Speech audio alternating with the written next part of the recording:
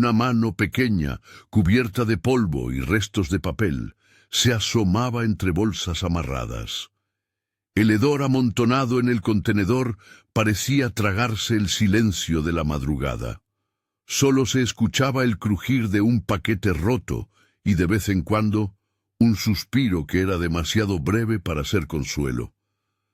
Rafael Méndez abrió la puerta del sótano sin pensar, llamado por una corazonada que aún no sabía nombrar. La imagen que lo recibió le atravesó el pecho con una precisión que ninguna reunión de directorio o número en una pantalla había logrado en años.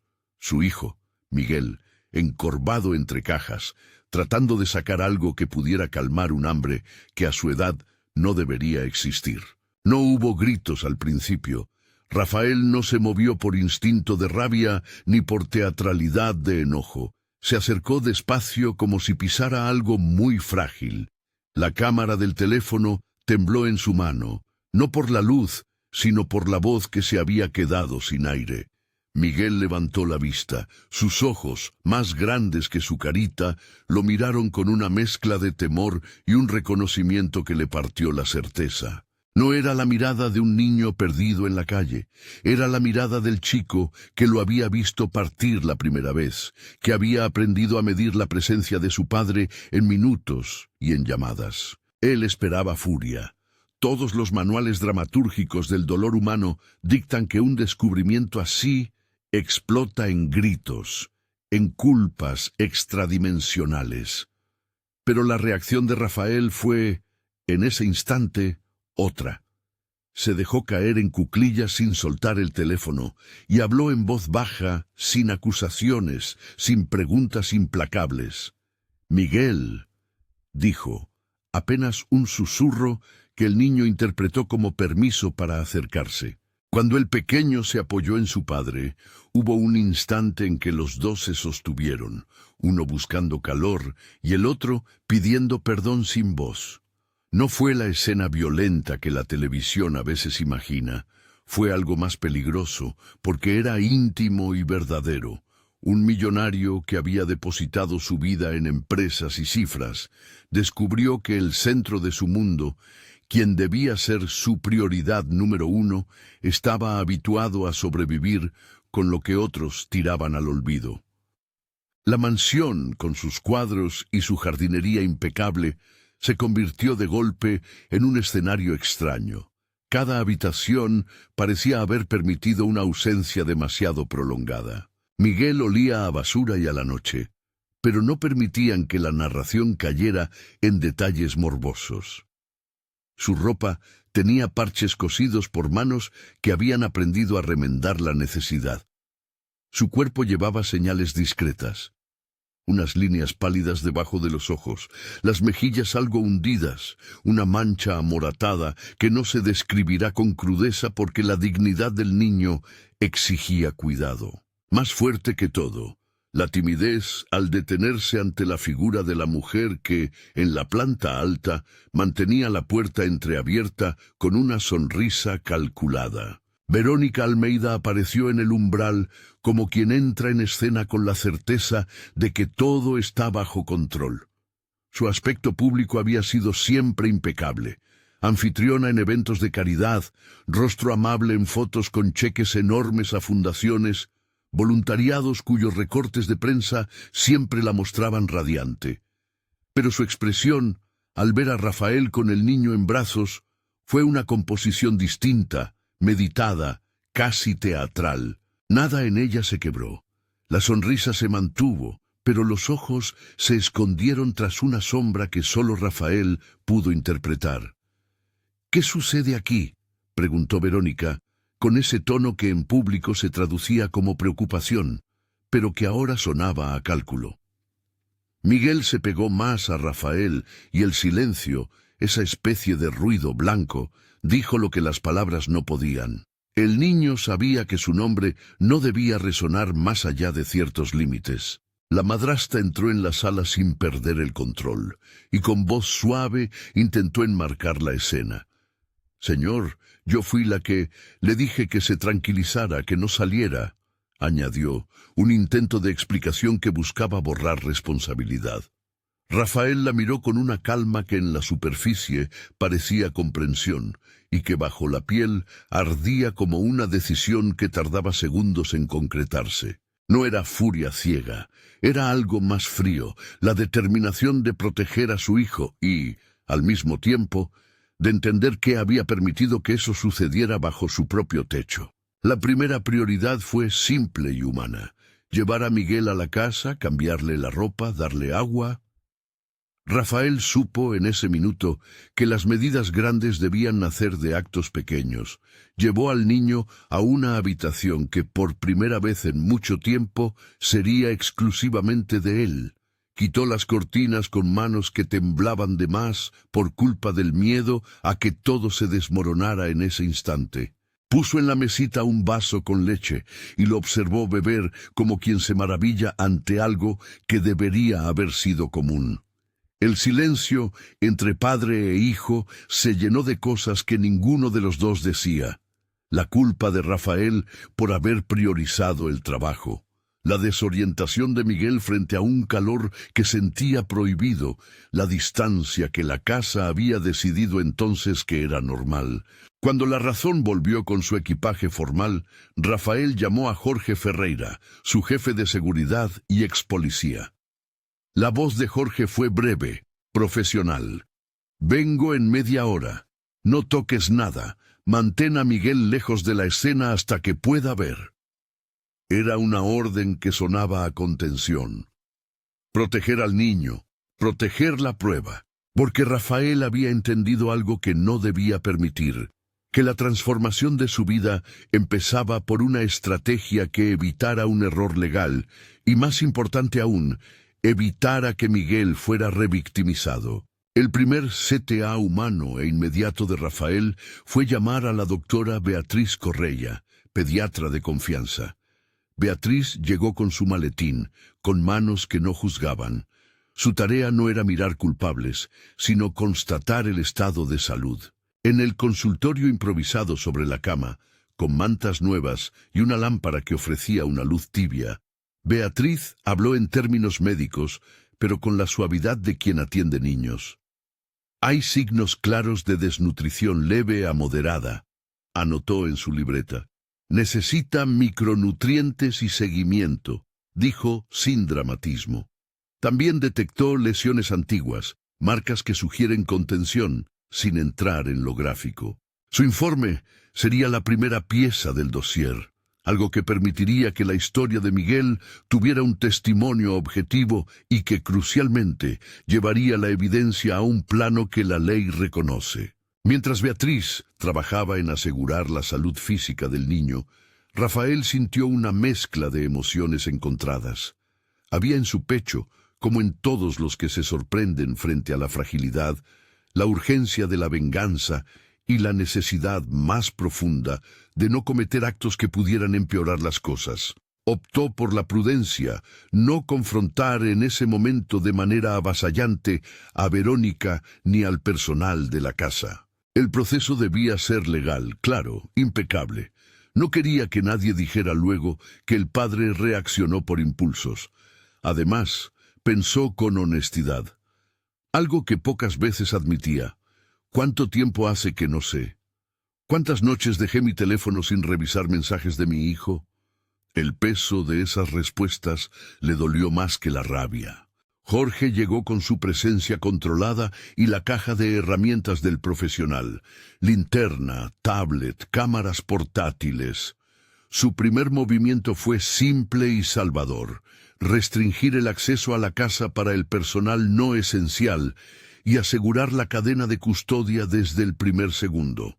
Explicó con claridad lo que haría: documentar la escena, inventariar la ropa, preservar el contenedor de basura como posible evidencia hasta que la policía ordenara su análisis. Cada gesto fue pensado para que, si aquello se transformaba en un proceso, no hubiera grietas técnicas que permitieran que las palabras de Verónica o la maquinaria mediática que tenía a su disposición manipularan la verdad.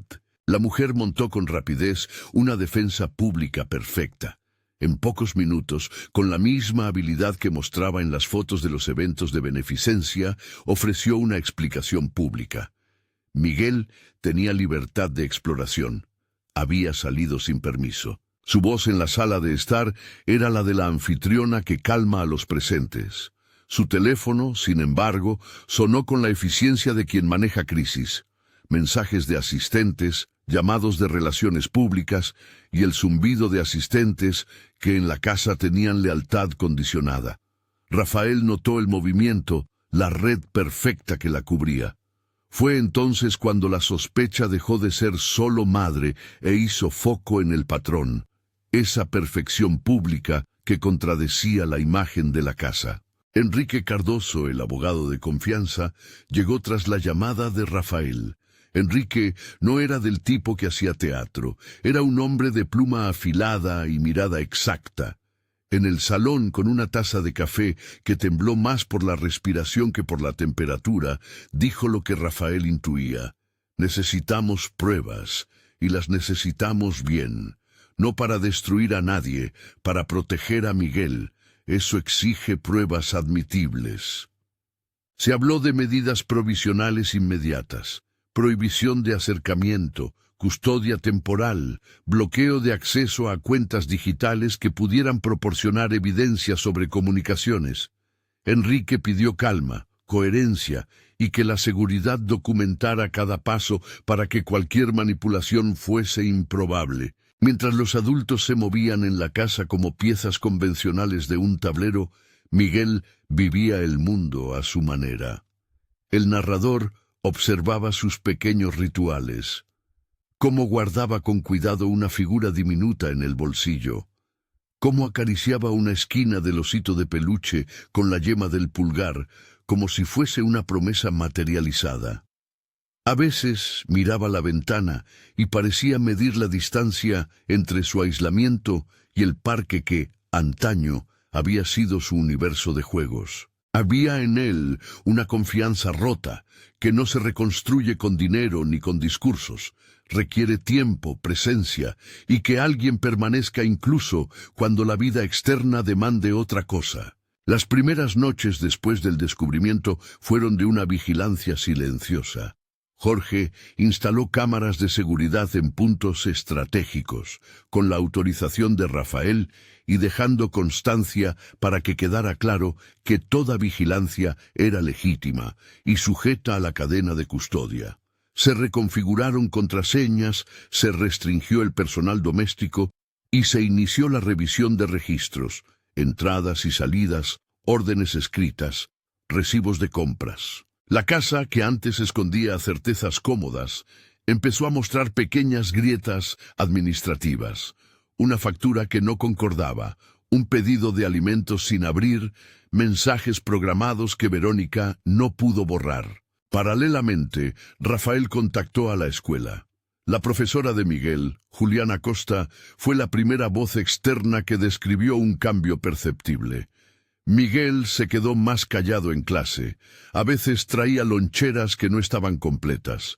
Otras veces venía con excusas para no jugar. Juliana, una mujer que conocía a sus alumnos más que los padres imaginan, habló de dibujos en los que el sol estaba siempre escondido detrás de nubes, y de una preferencia por figuras pequeñas que parecían buscar cobijo.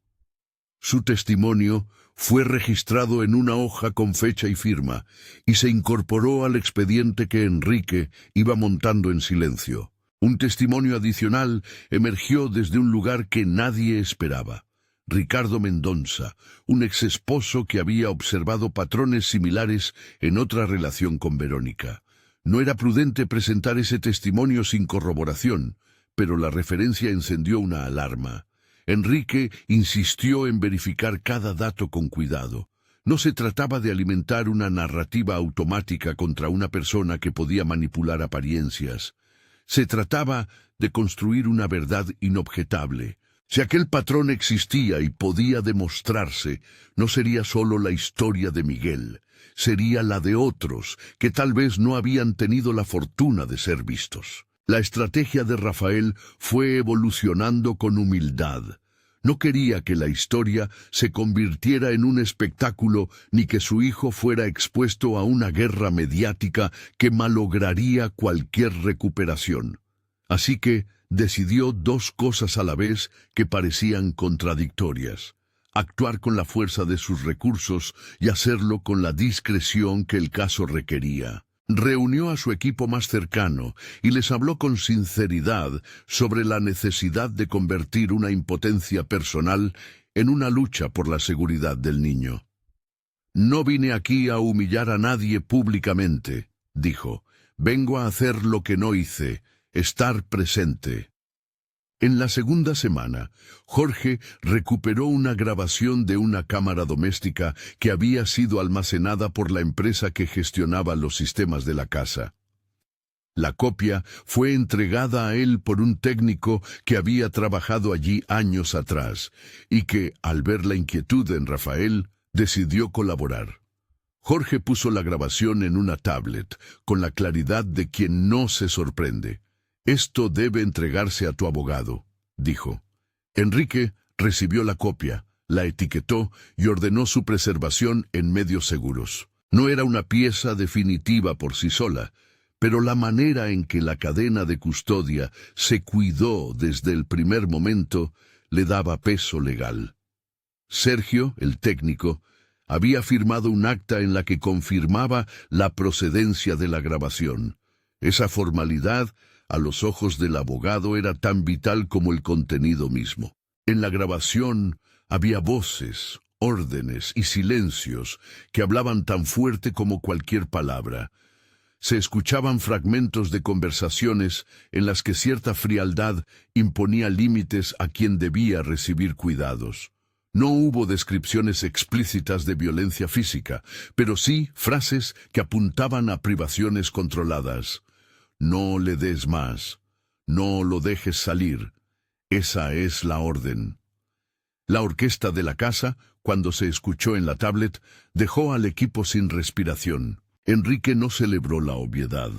Volvió a pedir calma y a estructurar los pasos siguientes. Aquella cinta sería parte de la evidencia que se presentaría en su debido momento ante una autoridad judicial que debía decidir medidas protectoras. Rafael, por su parte, vivía en una contradicción que lo consumía: la necesidad de justicia y el temor de que la exposición rompiera lo único que aún contenía a Miguel.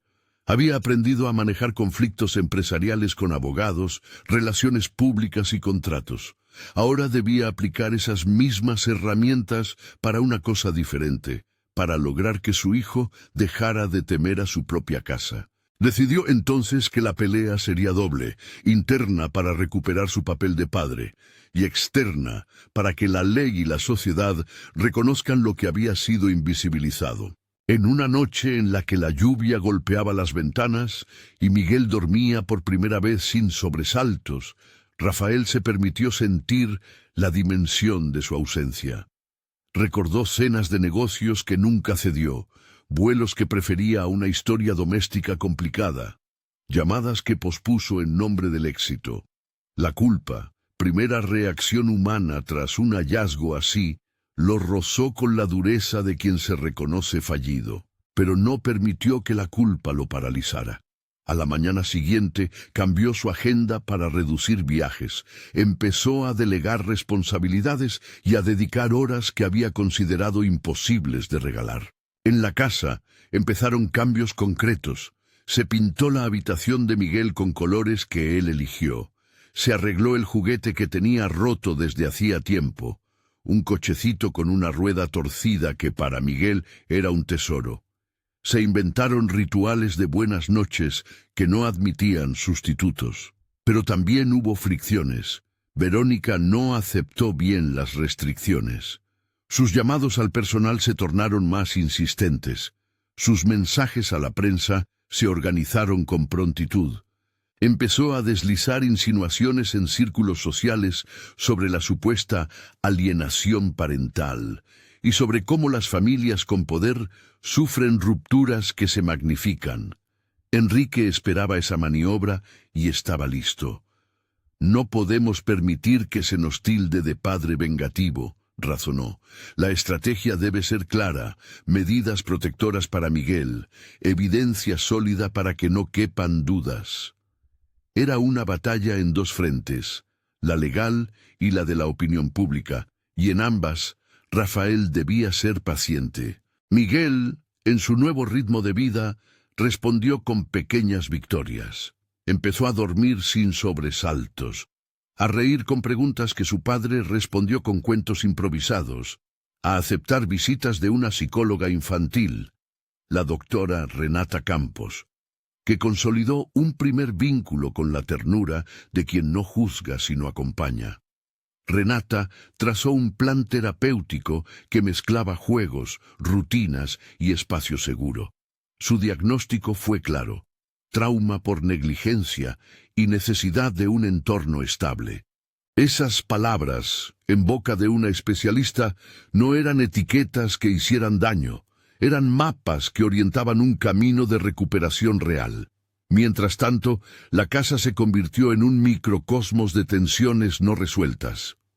Empleados que habían servido durante años empezaron a declarar pequeñas verdades en confidencia: que la madrastra había sido controladora, que se establecían horarios estrictos que castigaban cualquier intento de autonomía de Miguel. Ninguna de esas declaraciones, por sí sola, podía sentenciar a nadie, pero juntas comenzaron a construir una trama que exigía ser vista por un juez. Enrique preparó los documentos necesarios para solicitar medidas provisionales. No quería una exposición mediática anticipada, quería que la ley actuara con rapidez para garantizar la seguridad del menor. La narración, en este punto, no es solo sobre pruebas y procedimientos, es sobre cómo la presencia cambia vidas. Rafael aprendía a partir de errores, a escuchar más que a imponer, a priorizar la constancia por sobre los gestos grandiosos. Comenzó a bloquear su calendario en franjas diarias: una hora de jugar, otra de lectura, un tiempo fijo para la terapia y la escuela.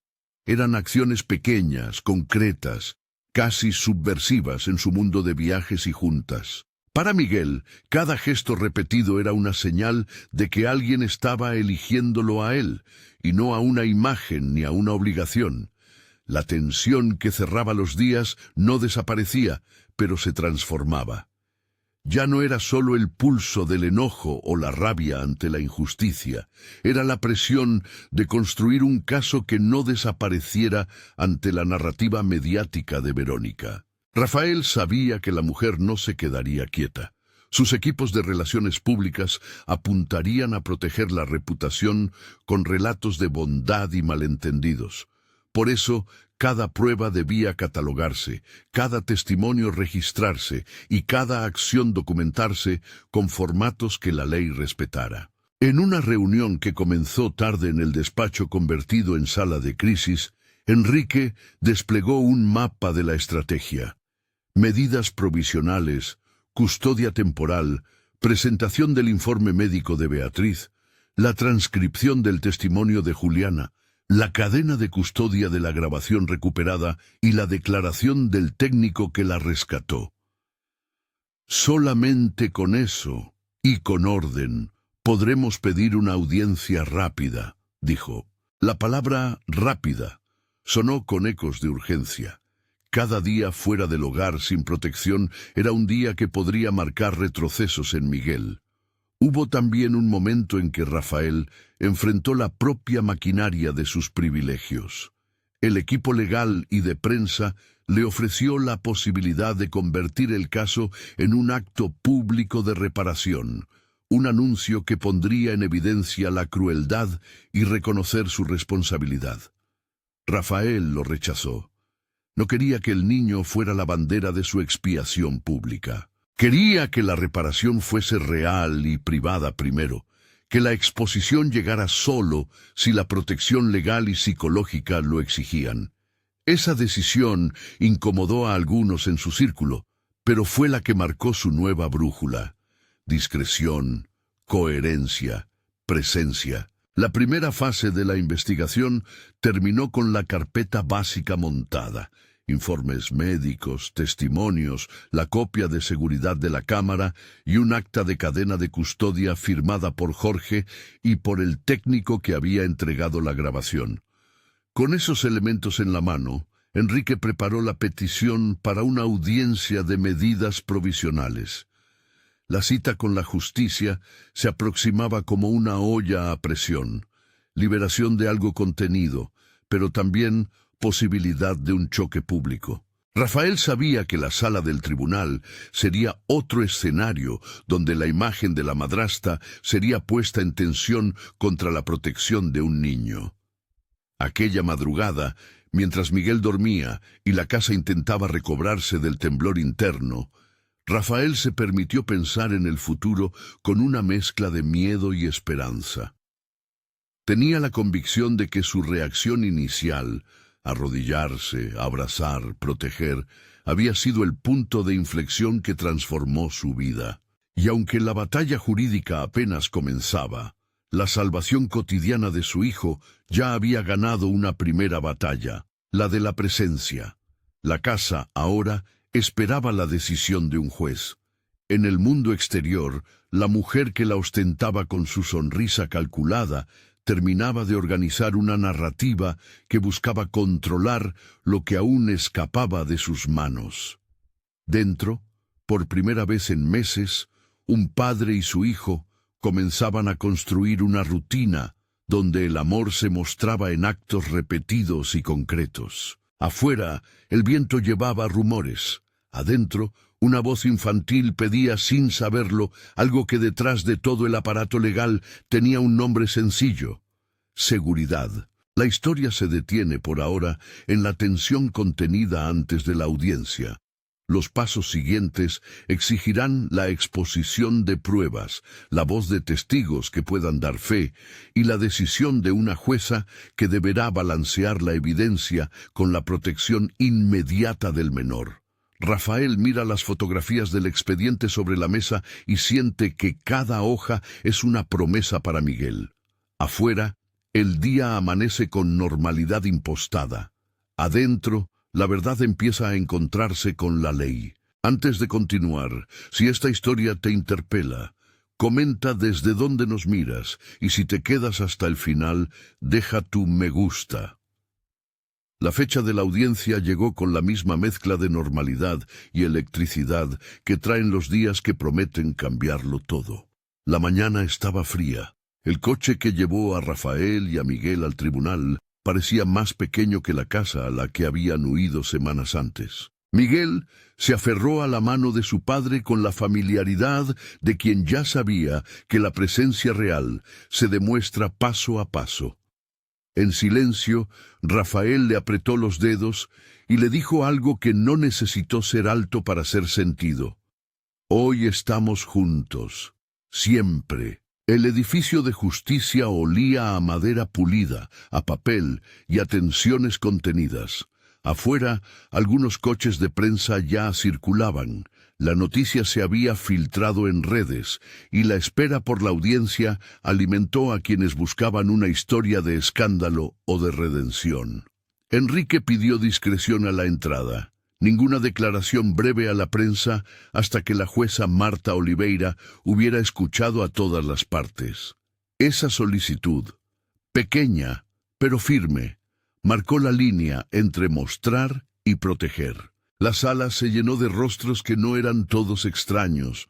Aparecieron Juliana, la maestra, sosteniendo una carpeta con una serie de dibujos de Miguel, la doctora Beatriz con el informe médico en mano, Jorge, que no dejó el maletín de su lado, y Ricardo, que aceptó entrar como testigo por lo que había visto en otra época.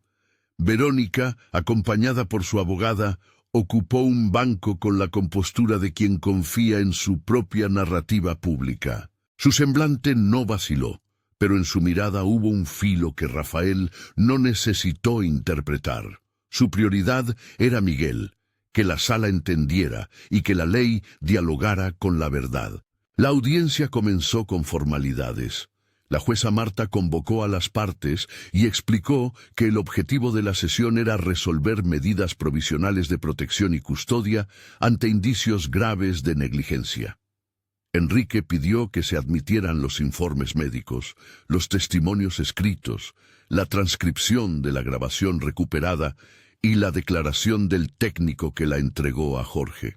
La defensa objetó la admisibilidad de la cinta, alegó vicios en la obtención y planteó la posibilidad de que el material fuera sacado de contexto. Era una estrategia esperable. Por primera vez en semanas, la sala se llenó de oficinas legales enfrentadas que defendían más que una reputación, defendían narrativas. Cuando llegó el turno de reproducir la grabación, la jueza hizo una pausa que pareció suspender el aire. Enrique hizo entrega formal de la evidencia, acta firmada por el técnico Sergio, cadena de custodia rubricada por Jorge, copia certificada en soporte seguro.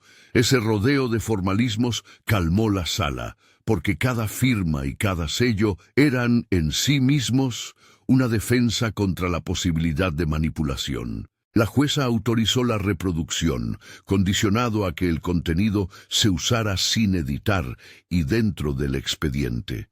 Lo que se escuchó no fue un relato teatral, fueron fragmentos de órdenes y silencios que, ensamblados, construían un cuadro coherente de privaciones sistemáticas, voces que pedían controlar lo que se daba al niño, rutinas que marginaban su acceso a la comida, tiempos impuestos como castigos.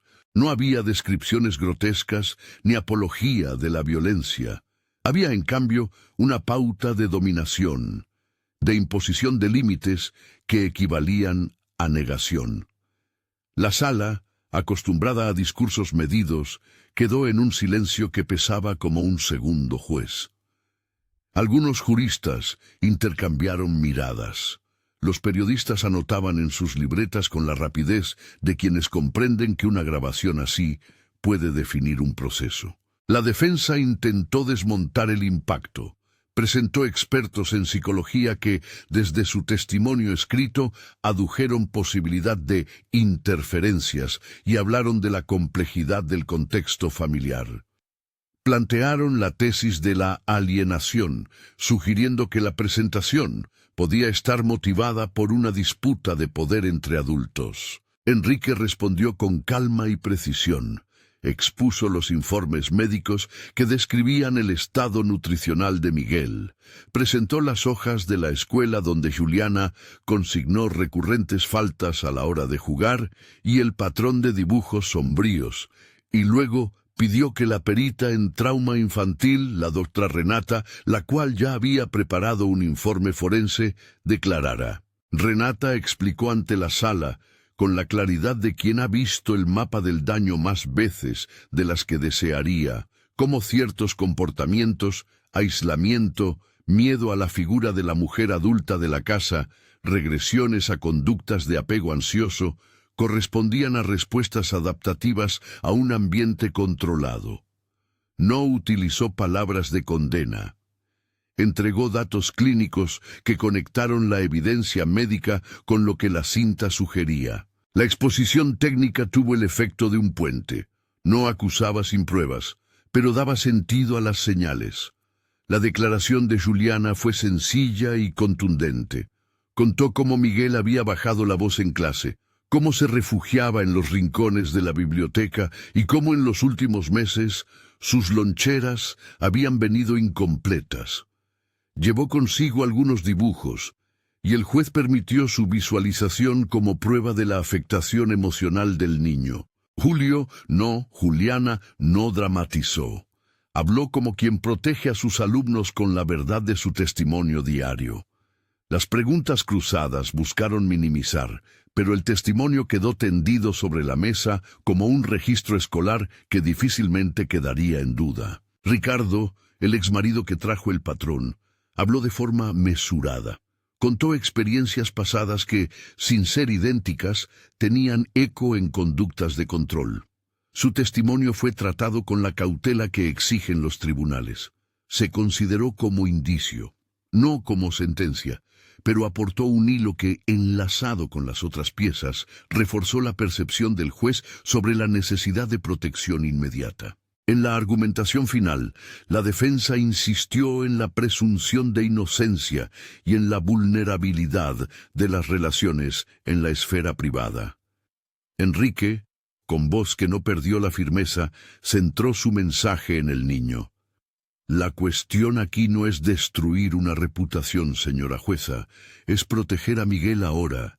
Los indicios que presentamos con cadena de custodia y peritajes exceden la simple sospecha. Requerimos medidas provisionales que le garanticen la seguridad mientras avanza una investigación.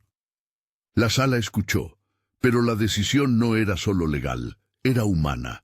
La jueza Marta emitió su decisión con la contundencia pausada que exigen los fallos sensibles. Ordenó la custodia provisional a favor de Rafael. Adoptó medidas cautelares que incluían prohibición de acercamiento de Verónica y personal designado en el expediente, y dispuso el inicio de una investigación penal sobre las conductas denunciadas, mandando la grabación y el expediente a la Fiscalía competente para su análisis. También exhortó a garantizar que Miguel recibiera la atención psicológica y nutricional necesaria, y fijó un régimen de visitas supervisadas que solo se permitirían en caso de resolución que avalara la seguridad del menor. Nadie celebró a voz en cuello. La decisión fue lectura de protección, priorizar al niño mientras el proceso siguiera su curso. Al salir del tribunal, la prensa estaba más voraz que antes, pero Enrique mantuvo una línea. Hoy ganó la protección al menor, dijo en un breve comunicado. Rafael no habló. Se limitó a mirar a Miguel, quien ahora sonreía tímidamente, con ese gesto que surge cuando la posibilidad de jugar sin miedo vuelve a asomar. Afuera, entre flashes y preguntas, Jorge se aseguró de que la intimidad fuera preservada. La noticia correría, y la familia debía reconstruir su privacidad sobre bases firmes. Las semanas que siguieron fueron una sucesión de rutinas que tenían el aspecto de algo tan minúsculo como infinito. Citas médicas, sesiones con Renata, visitas al colegio para reconstruir la relación con Juliana y actividades diseñadas para que Miguel recuperara confianza en la permisividad del mundo. No todo fue progreso lineal. Hubo retrocesos que Rafael aprendió a no tomar como derrotas, sino como parte del mapa terapéutico. Una noche en que Miguel negó la cena porque prefería comer solo. Una tarde en la que un ruido repentino provocó llanto y sobresalto. En esos momentos, Rafael recordó la enseñanza primigenia que lo había guiado desde la primera aparición en el sótano. Paciencia y presencia. La reparación de pequeños objetos se convirtió en ritual. El cochecito con la rueda torcida fue devuelto a la caja de juguetes con una nueva pintura y la rueda remendada. No era una compra, fue una restauración que Miguel observó como quien presencia un milagro cotidiano. Rafael se sentaba junto a él, enseñándole a engrasar las piezas con un paño, a enhebrar el hilo en la aguja para coser un botón. Esos gestos, repetidos, hicieron más que terapia, reescribieron las expectativas del niño sobre la confiabilidad de los adultos. Mientras tanto, la presión mediática no desapareció.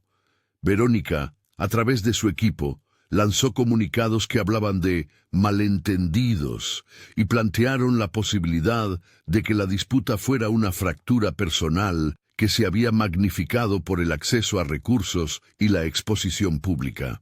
Algunas voces intentaron convertir el caso en una discusión sobre crueldad mediática. En redes, tendencias contradictorias dibujaron a la mujer como víctima y a Rafael como padre vengativo. Enrique actuó con cautela legal, demandó respetar la presunción de imparcialidad del proceso y pidió que las especulaciones no interfieran en la protección del menor. La estrategia funcionó a medias. La opinión pública se dividió, pero en los ámbitos judiciales y médicos, la narrativa central siguió siendo la seguridad de Miguel. A mediano plazo, Rafael tomó decisiones que sacudieron su vida personal y profesional. Rediseñó su agenda con el propósito firme de estar presente. Delegó más responsabilidades corporativas, nombró a un nuevo director ejecutivo para su principal empresa y estableció horarios de trabajo que no invadieran los momentos familiares. No fue un gesto simbólico, fue un reacomodo que implicó renuncias tangibles, menos viajes, reuniones más cortas, una atención plena a la cotidianidad del hogar. Para alguien que había medido la vida en resultados y calendarios, aprender a medirla en horas de cuento fue una transformación profunda. Esa transformación se consolidó con la creación de una iniciativa que no buscaba exhibir su economía, sino canalizar recursos hacia un problema que ahora conocía desde la intimidad.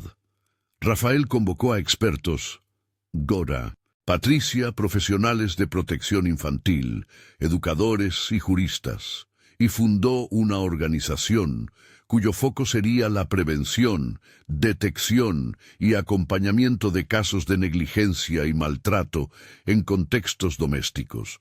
La llamaron Hogar Seguro Miguel, en honor al niño que había enseñado que la vulnerabilidad podía y debía convertirse en acción pública. La fundación se propuso 3 líneas principales: formación para personal escolar y doméstico, apoyo jurídico a familias en riesgo y financiación de terapias integrales para menores afectados. La creación de la fundación fue portada en algunos medios, en otros, motivo de debate sobre la exposición pública del caso. Rafael, que había rechazado el alarde inicial, supo modular la comunicación. La fundación no explotaría la historia personal como bandera mediática. Su lanzamiento incluyó anuncios de protocolos de confidencialidad, alianzas con hospitales y un compromiso por destinar recursos a programas comunitarios que detectaran casos de riesgo antes de que escalaran. Uno de los proyectos piloto fue la formación de docentes y personal de comedores escolares para identificar signos tempranos de negligencia y establecer canales seguros de denuncia. Juliana participó en uno de los primeros cursos como experta invitada. Su presencia simbolizó la alianza entre casa, escuela y justicia. La vida con Miguel fue reconstruyéndose en capas. Hubo días que parecían normales, las compras semanales, un helado en la esquina, el regreso a la clase de fútbol, y otros que exigían más cuidado, una revisión nutricional que modificó la dieta del niño, sesiones de juego que enseñaron a gestionar la rabia y el miedo. Renata acompañó cada avance con prudencia. El niño vuelve a confiar cuando alguien cumple, decía anotando progresos en su cuaderno. Rafael cumplía. Esa palabra, simple, era la piedra angular de su nueva paternidad. La relación entre los adultos cambió también. Verónica, suspendida por las medidas cautelares, inició un camino de defensa pública que incluyó la contratación de un equipo legal y de imagen. El proceso penal que la investigación había abierto siguió su curso. La Fiscalía recibió el expediente con la grabación y los informes, y comenzó una investigación formal que, según los plazos judiciales, tomaría su tiempo.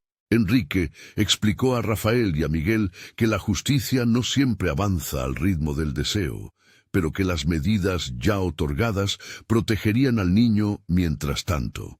Esa mezcla de certeza y espera fue, otra vez, la escena donde se practicó la paciencia. Con el tiempo, Miguel comenzó a mostrar actividades que antes eran imposibles.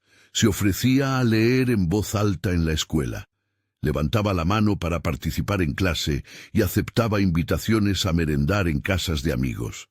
Pequeños gestos, sí, pero que para quienes sabían el inicio de su historia eran señales inequívocas de recuperación. Rafael celebraba sin estridencias. Aprendió a festejar con modestia, porque los progresos graduales suelen ser más resistentes. La Fundación Hogar Seguro Miguel empezó a operar con proyectos concretos. Se crearon alianzas con una red de pediatras que aceptaron formar protocolos para la identificación temprana de maltrato. Se ofrecieron becas para terapias y se financiaron programas formativos para equipos domésticos sobre límites y derechos del niño. Además, el proyecto impulsó una línea telefónica confidencial para denuncias y asesoramiento legal. El objetivo no era instrumentalizar la tragedia, sino convertir la adversidad en políticas prácticas que redujeran las posibilidades de repetición. Los logros fueron mixtos. Hubo escuelas que adoptaron los protocolos con entusiasmo, otras resistieron, recelosas de entrar en dinámicas de control que implicaban recursos y capacitación. Pero la evidencia demostró que donde se formaba, se observaban más denuncias tempranas y menos escaladas. Rafael utilizó su capacidad de convocatoria para acercar a instituciones públicas y privadas, no con la pompa del poder, sino con la lógica del que ahora conocía el problema desde dentro y quería que otros no lo vivieran. En el plano personal, Rafael y Miguel fueron forjando nuevos rituales. El padre aprendió a cocinar desayunos de fin de semana, a ayudar a resolver tareas con paciencia y a construir con el niño un banco de recuerdos, donde ambos guardaban entradas de cine, fotos y pequeñas notas que recordaban días compartidos. Una vez por mes, Rafael tomaba la tarde libre y llevaba a Miguel a escoger un libro en una librería. La elección del niño era acompañada de un abrazo y una promesa. Lo leemos juntos. Ese pacto tan humilde sostenía peso más que muchos actos públicos previos. El tiempo también mostró fragilidades. Hubo momentos en que Rafael se enfrentó a su propia soledad emocional, a preguntas que no tenían respuestas inmediatas. ¿Cómo reparar lo irreparable? ¿Cómo confiar de nuevo en las personas que integraban su casa? Fue ahí donde el apoyo profesional y la red que construyó la fundación jugaron un papel clave. No había soluciones mágicas, pero había una comunidad dispuesta a sostener procesos. Meses después de la audiencia inicial, la investigación penal avanzó con cautela.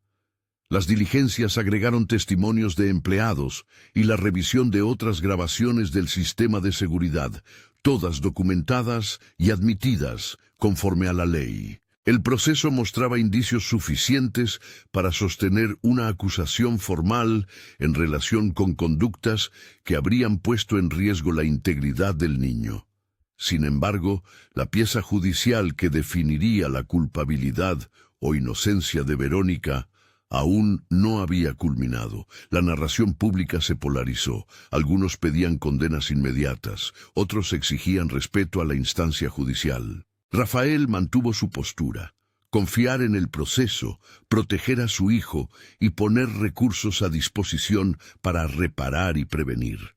El impacto de la fundación trascendió la esfera familiar. En una escuela piloto donde se implementó el programa, se detectó un caso de riesgo que por violencia psicológica y desatención estaba creciendo. Gracias al protocolo de alerta temprana y al vínculo entre docentes y servicios sociales, el menor fue atendido y la familia acompañada. No todos los casos terminaban en rescates dramáticos. Muchos comenzaron con asesoramiento, ajustes en la dinámica familiar y en algunos casos con medidas legales que protegían a los niños sin estigmatizar a los cuidadores. Esos éxitos, pequeños y silenciosos, fueron la verdadera medida del proyecto. En casa, la vida cotidiana se llenó de gestos que parecían insignificantes hasta que se miraban en perspectiva. En una noche clara, Miguel pidió dormir con la ventana abierta porque quería ver estrellas. Rafael lo arropó, le contó una historia, y por primera vez en mucho tiempo se quedó a su lado hasta que el sueño llegó sin sobresaltos. La escena era simple y poderosa: un hombre que había aprendido a poner su vida profesional en pausa por la seguridad de su hijo. Esa elección, repetida cientos de veces, fue la verdadera reacción inesperada que había cambiado el curso de todo. El epílogo no fue una línea de cierre, sino una apertura. En el día de la inauguración formal de la fundación, Miguel cortó una cinta pequeña, con la atención de quienes lo rodeaban. No se trató de un espectáculo, fue un acto silencioso en el que la comunidad reconoció la posibilidad de transformar una experiencia dolorosa en acciones colectivas. Rafael habló sin dramatismos. «No quiero usar esta historia para ser héroe de nadie», dijo. «Quiero que nos haga responsables». Sus palabras no buscaban aplauso, buscaban compromiso. Entre el público, Juliana y la doctora Beatriz aplaudieron, no porque la historia estuviera cerrada, sino porque había tomado una dirección distinta. La reparación y la prevención estaban ahora en marcha. El cierre íntimo ocurrió semanas más tarde, en un parque donde el césped aún olía a verano. Rafael empujó el columpio, mientras Miguel reía con la despreocupación propia de quienes aprenden a confiar de nuevo. El sol hacía cintilar los cabellos del niño. En su cara había una serenidad que no se forjó de la noche a la mañana, sino de muchos días de presencia. Rafael se permitió mirar a su hijo y, sin teatralidad, le pronunció la promesa que había comenzado en la basura aquella madrugada. «Siempre estaré, Miguel. No importa lo que pase, siempre estaré». La reacción inesperada no había sido un grito ni una escena violenta. Fue la conversión de un hombre de negocios en un padre presente y activo, en un constructor de redes para proteger a otros. No había dramaturgia de venganza, había una decisión íntima, profunda, de asumir la responsabilidad de convertir el dolor en cambio. La historia que empezó en un contenedor de basura terminó, en esa tarde de parque, en una promesa hecha carne, cuidado, acompañamiento y compromiso. Si esta historia te conmovió y crees que más niños deberían encontrar redes de protección en lugar de silencio, suscríbete para más relatos de transformación y comparte este video para crear conciencia sobre la protección infantil. Cada pequeño gesto puede convertirse en la diferencia que un niño necesita.